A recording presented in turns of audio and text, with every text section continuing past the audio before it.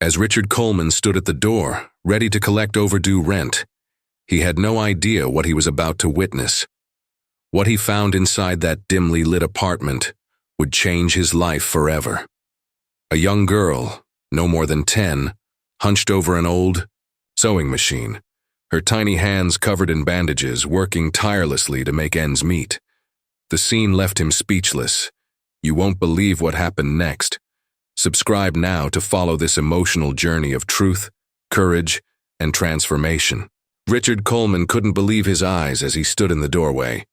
The small apartment was far from what he expected, far from the clean, orderly homes he was used to seeing in his real estate empire.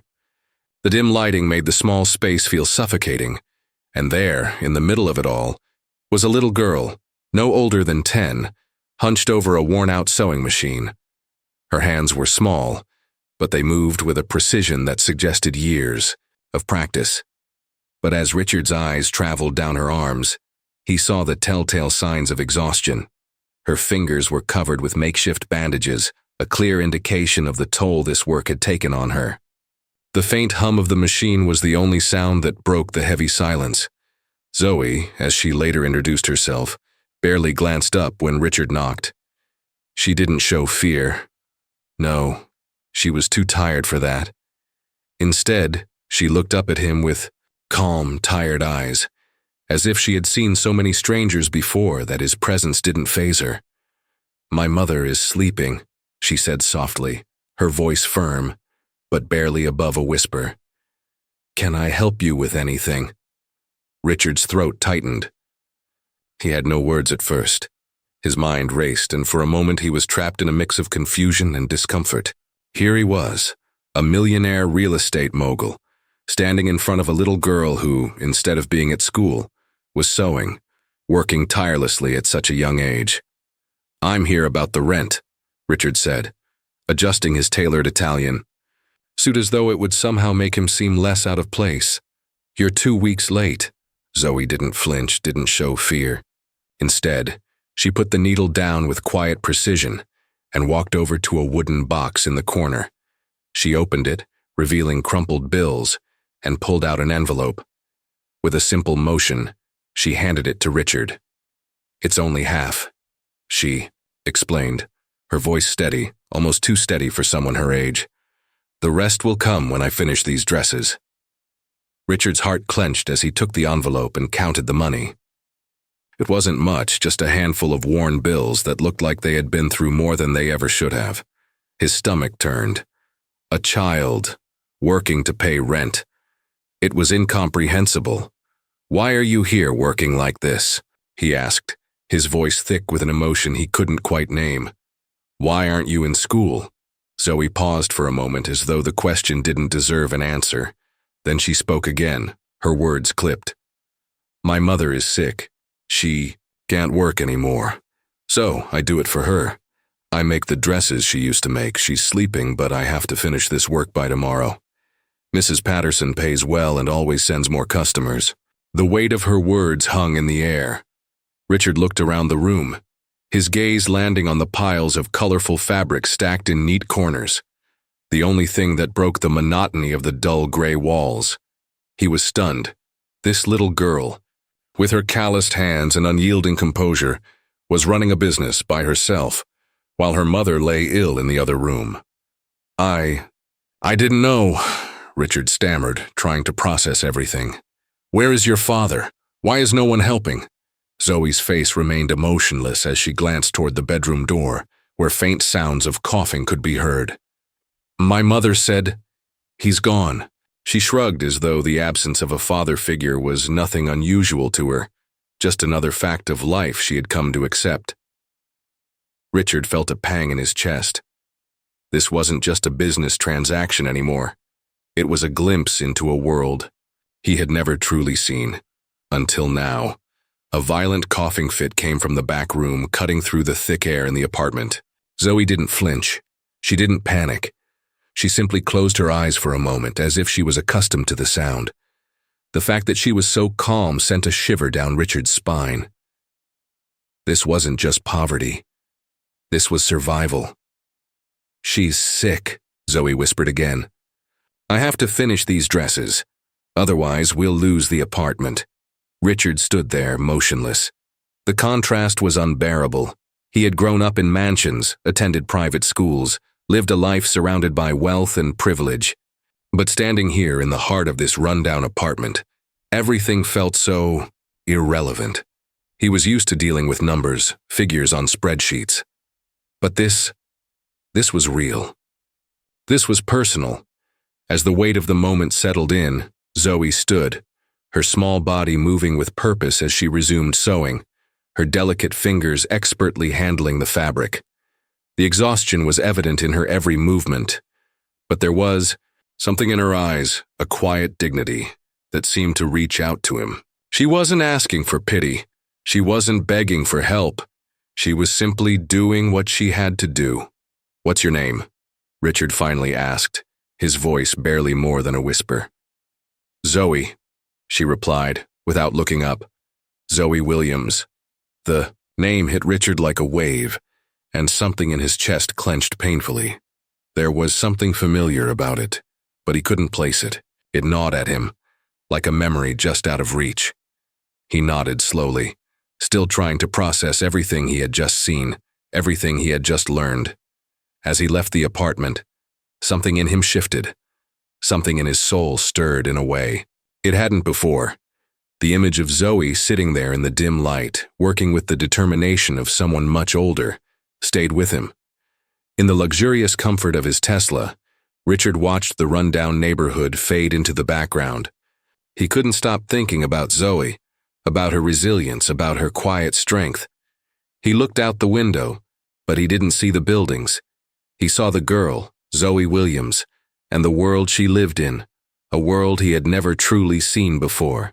The unease inside him deepened, and for the first time in his life he felt something that wasn't just guilt. It was responsibility, a deep, unshakable responsibility to change something, to do something.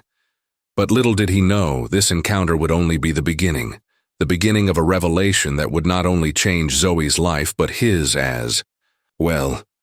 What he didn't realize was that, in this tiny apartment, behind the worn fabrics and the tired eyes of a child, lay the key to unraveling a mystery that had been buried in his family's history for decades.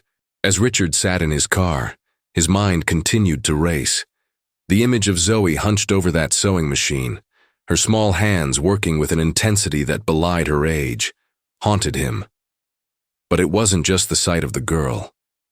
There was something deeper, something in the way she spoke, the maturity in her voice that unsettled him.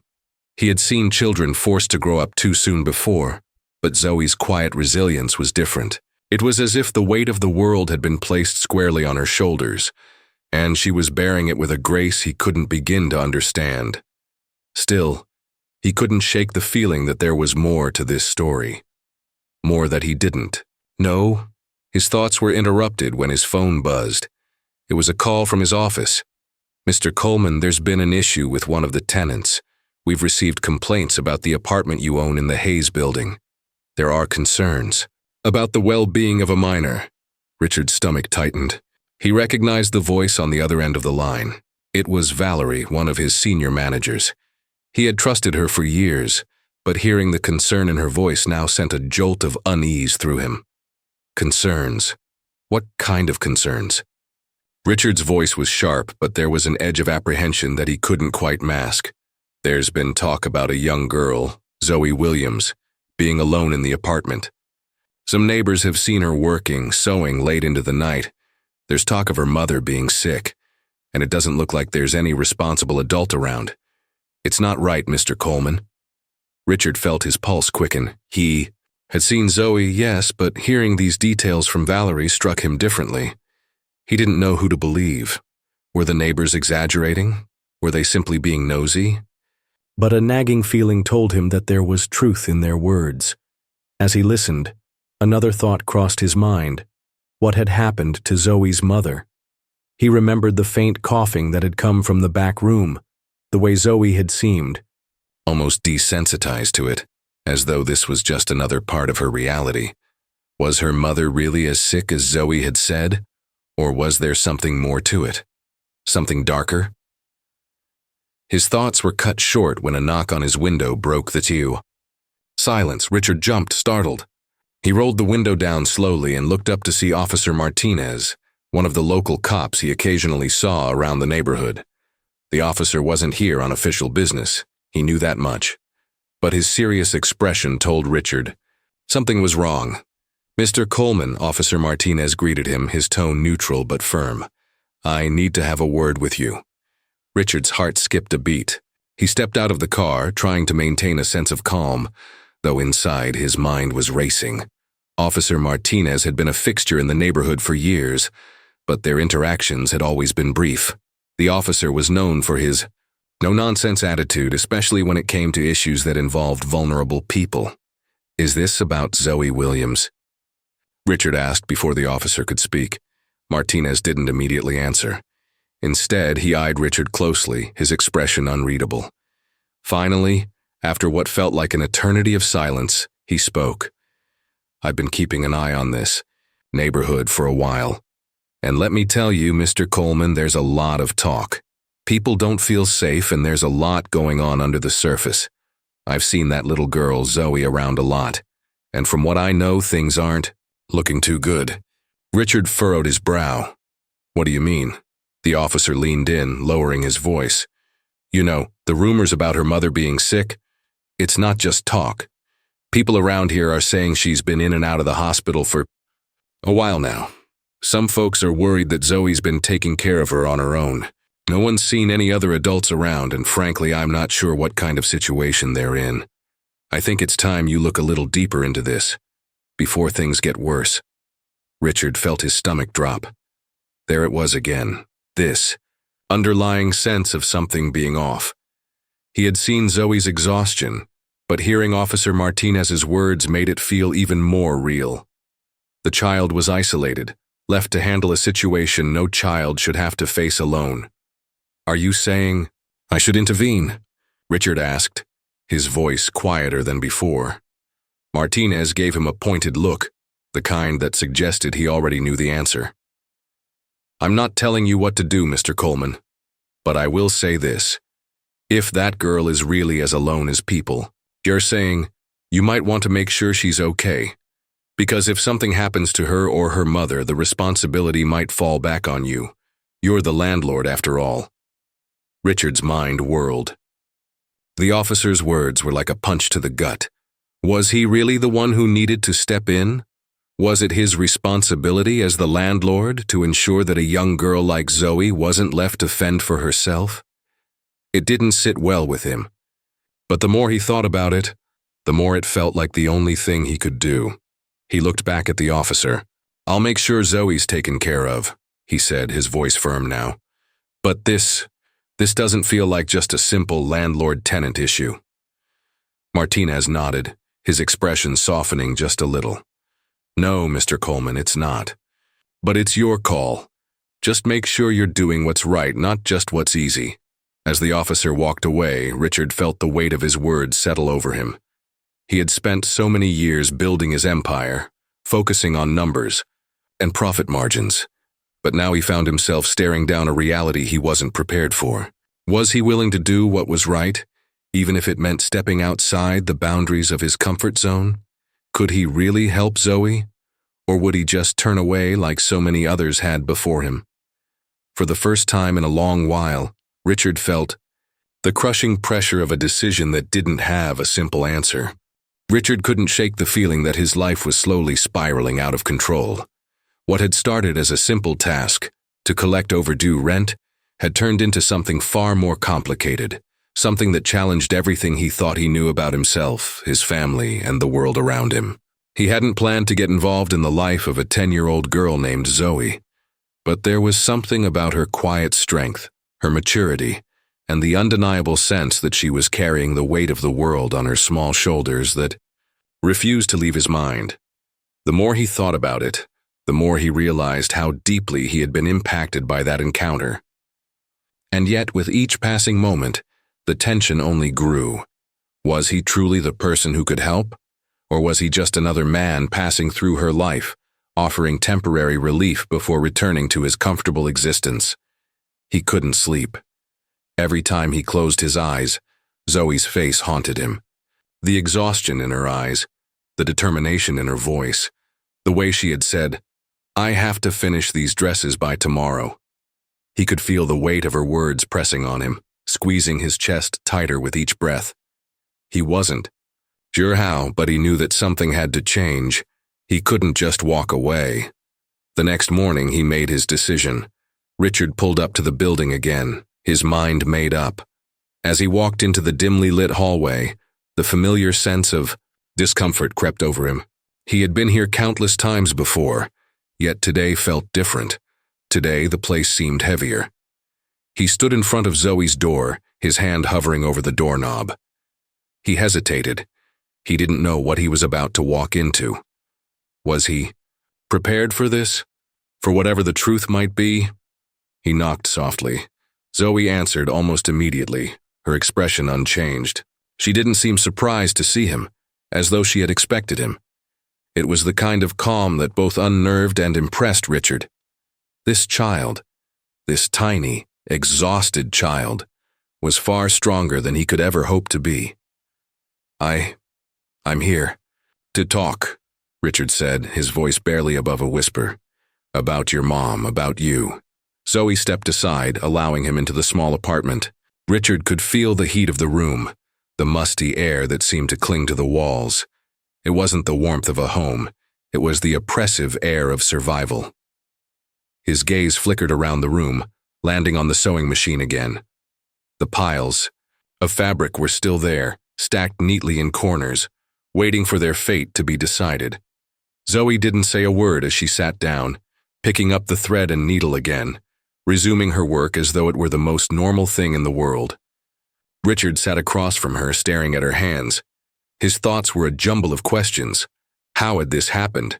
How had it gotten so far? "You don't have to do this alone," Richard said finally, his voice uncharacteristically soft. "I'm here to help. We can get you both the support you need."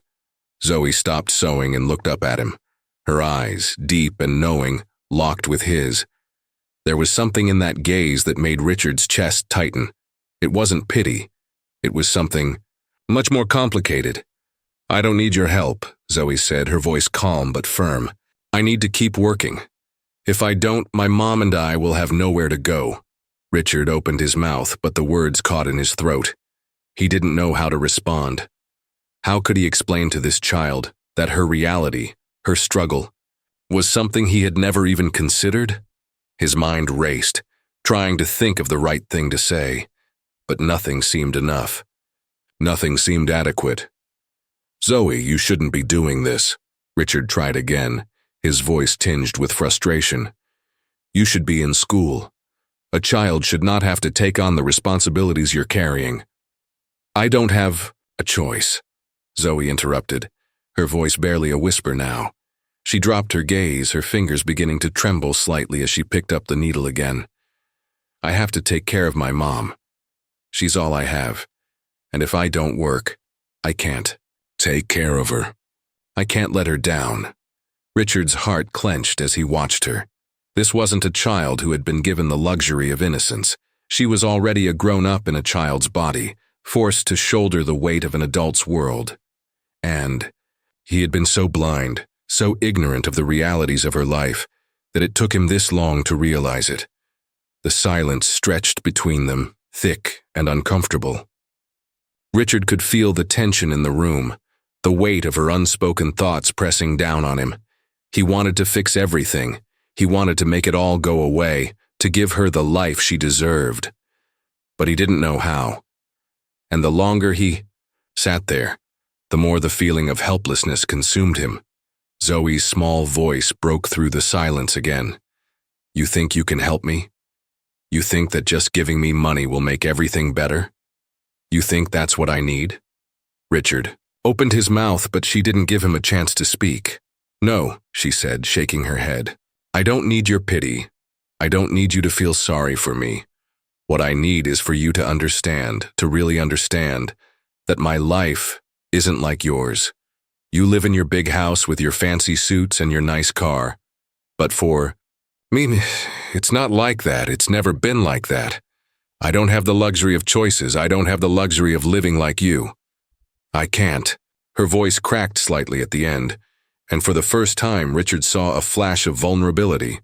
It was a quick flash, quickly masked by her determination, but it was enough.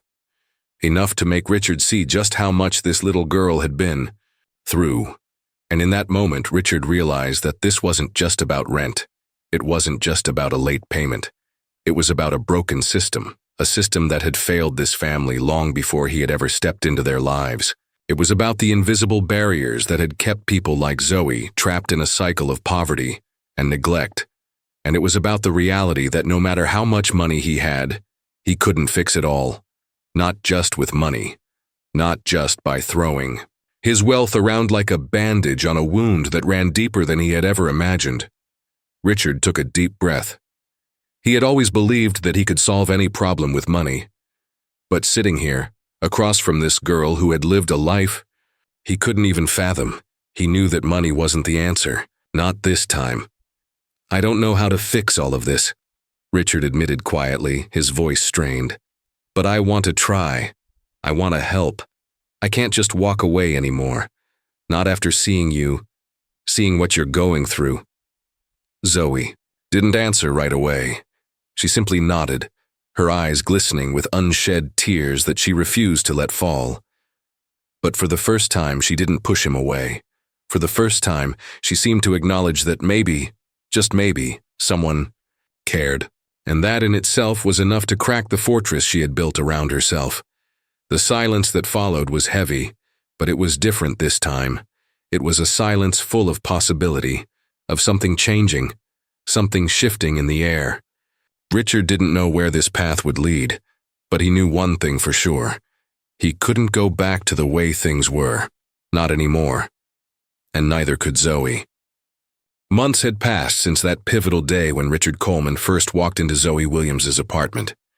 It had been a journey of self-discovery, of facing uncomfortable truths about his family, his business, and most importantly, himself.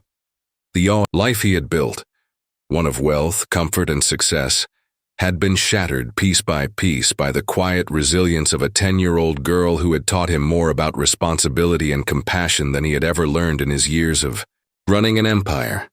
Richard's transformation wasn't immediate. It wasn't some grand revelation that happened overnight. But day by day, he began to understand Zoe's story, her strength, and her unwavering determination to take care of her mother despite the overwhelming odds. These things stayed with him. He could no longer ignore the realities of the world outside his penthouse, the world where children like Zoe and families like hers struggled in silence, hidden away from the eyes of those who were too comfortable to care. At first, Richard tried to solve everything with his money, offering to pay for medical bills, helping Zoe with her schooling, and providing a place for them to stay. But he quickly realized that what Zoe needed wasn't just financial aid. What she needed was a sense of belonging, a chance to be a child again, to have the opportunities she was always denied. And slowly, as he worked alongside her, he began to see the cracks in the systems that allowed children to be left behind, neglected, and forgotten. The first step was getting Zoe's mother, Elaine, the medical care she desperately needed. With Richard's help, Elaine was admitted to a specialist hospital, where she received the treatment that had long been denied to her. Richard personally oversaw the treatment, making sure that all the paperwork was in order, that Elaine received the best care available. And as Elaine's health began to stabilize, so did the relationship between Richard and Zoe. They had both been through so much, but the bond that formed between them was undeniable. It wasn't just a connection built out of pity or charity, it was something deeper. It was a mutual respect, born out of the understanding that despite their vastly different worlds, they were both fighting the same fight. But Richard knew that just giving them temporary relief wasn't enough. It wasn't enough to provide them with a roof over their heads or a few financial handouts. He needed to change the systems that had failed them in the first place. It was no longer just about the past. It was about creating a future. he decided to take the boldest step of all. Richard used his influence to launch a program designed to give children from underprivileged backgrounds, children like Zoe, access to the tools, education, and opportunities they deserved. He created a foundation that would fund after-school programs, vocational training, and community development in the very neighborhoods that had been neglected for decades. Zoe, with her newfound confidence and sharp mind, became the heart of the program. She began teaching sewing and design to other children in the community, sharing her skills with others, passing on the knowledge that had once been her means, survival. It wasn't just a charity program, it was a movement that started with Zoe and Richard, two people from completely different worlds, coming together to make a real difference.